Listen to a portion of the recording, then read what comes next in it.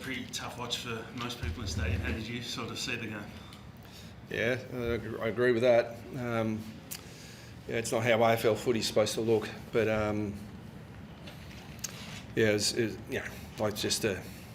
for us, I mean, it's trying to put on a sort of brave face and be positive and upbeat, which is what you need to be as a leader. But it's getting sort of hard to deny it's not flattening.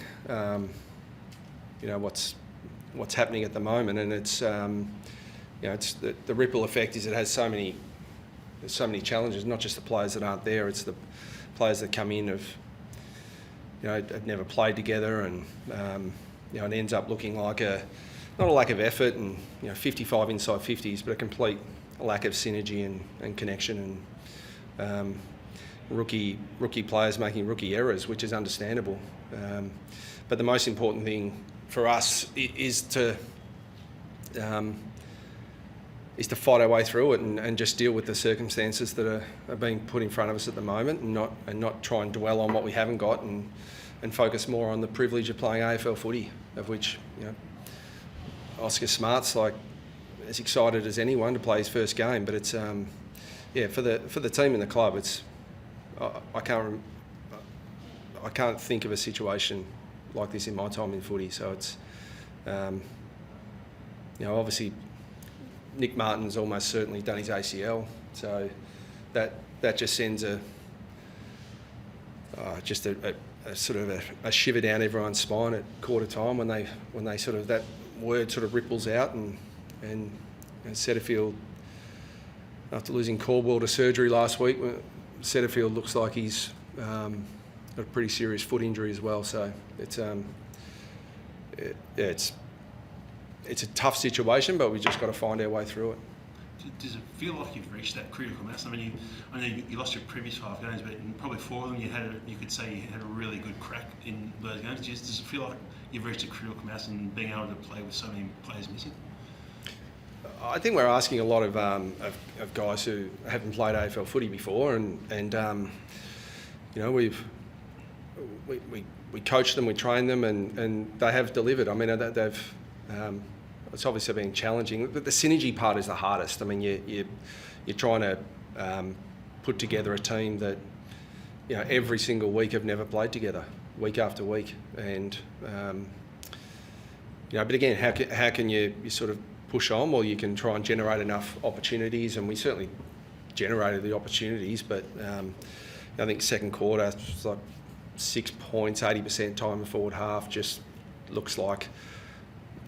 And I don't want this to sound like it's an excuse. It just looks like a team that hasn't played together, and it's quite frankly, it's very hard to coach when you're trying to bring them together and almost educate theoretically without being able to spend the time training it. But the upside for us is that we're getting exposure to guys that know the level and know the level they've got to get to. So hopefully that drives a pre-season, but with these these 12 months injuries that are mounting up, it's going to be a real challenge to keep everyone's morale up. But that's the job of leaders. Nick Martin would be irreplaceable, wouldn't he? He's just such a great player. Yeah, I mean he is. It's like he's a unique player and really important to the way that we play. And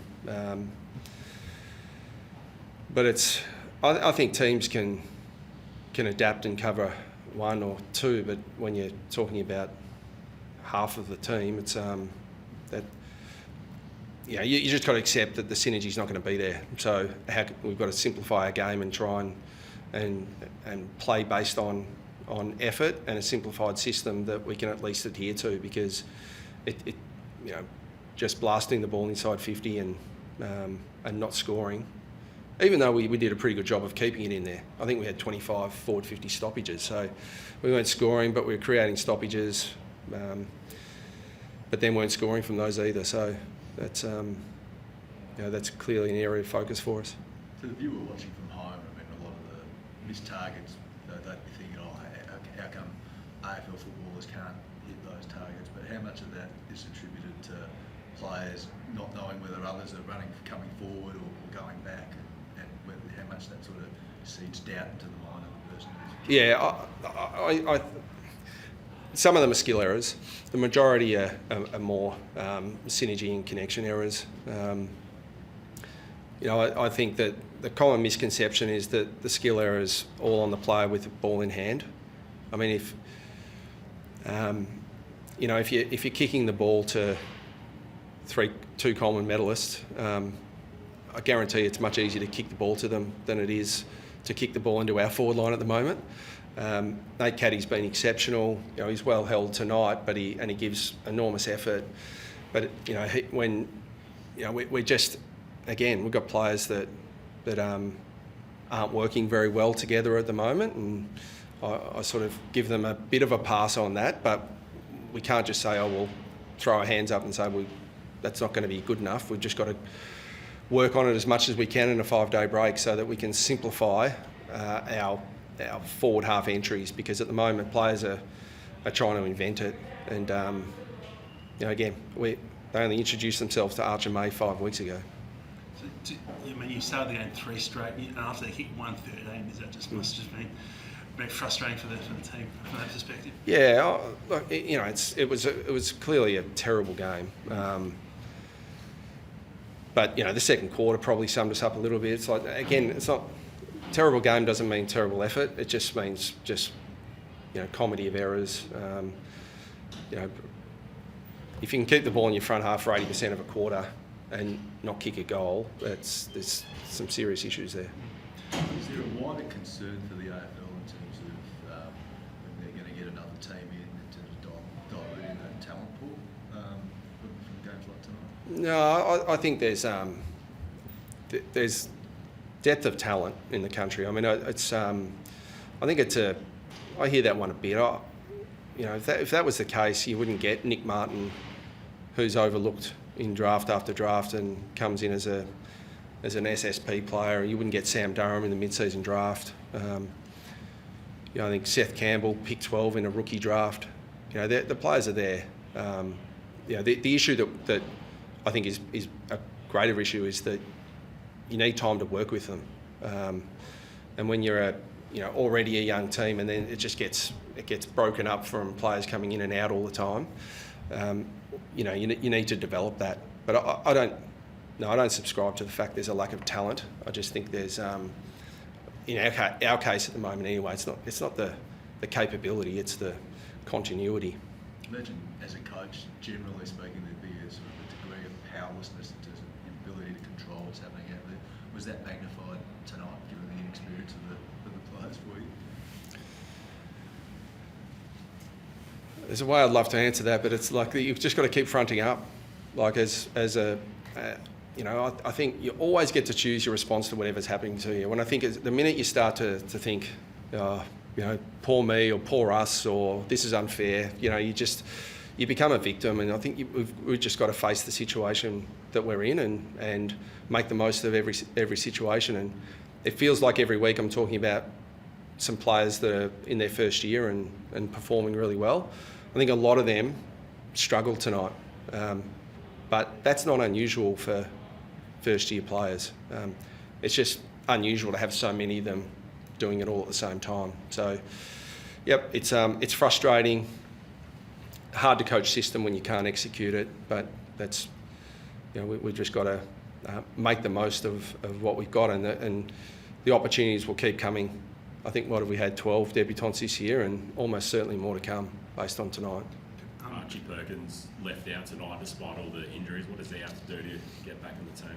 Oh, Perk's a really capable, competitive, contested type player, and he's just been a bit hesitant over the last month or so. So it's doing him no favours, just pushing him out, and we tried positional changes, a few different things for him, but he just needed a reset to go back and compete at VFL level before he comes back in. But knowing Perk and the way he goes about things, he won't be out for too long. Is Gresham in a similar boat to that sort of? Yeah, again, we just preferred Oscar Smart today to Gresham, and there's an element of we left a couple of guys out of our VFL team given a 5-day break into next week, so there's an element of that, but we're just we're trying to, and potentially we compound the problem because we're trying to improve this, these elements of our game, but we're bringing in, new players to try and execute it, which is, a massive challenge for them and for us. What was the feedback from the players tonight in terms of how that game was happening and why there were so many mistakes? Sorry, I missed the start What of was the that. feedback from the players in terms of why there were so many mistakes in the game tonight? Yeah, I mean, they're just doing their best. I mean, it's not, it's. I often tell players, we can't coach skill errors on game day. I mean, there's no point sending the runner out and saying stop, missing targets. We've got to simplify the options for the ball carrier, but do an enormous amount of work during the week, and for us, it's going to be not just week to week, but it's going to be into a pre-season to get better in that part of the game, because I think we've shown some good fight, some good endeavour, some good contest stuff, but we can't put the score together like good teams do at the moment. Do you think Vigo might get a chance in the not too distant? He was pretty impressive against Freo a few weeks ago. Yeah, he'll almost certainly come back into the team at some stage this year.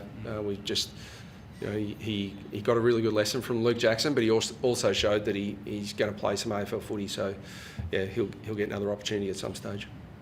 Thanks, guys.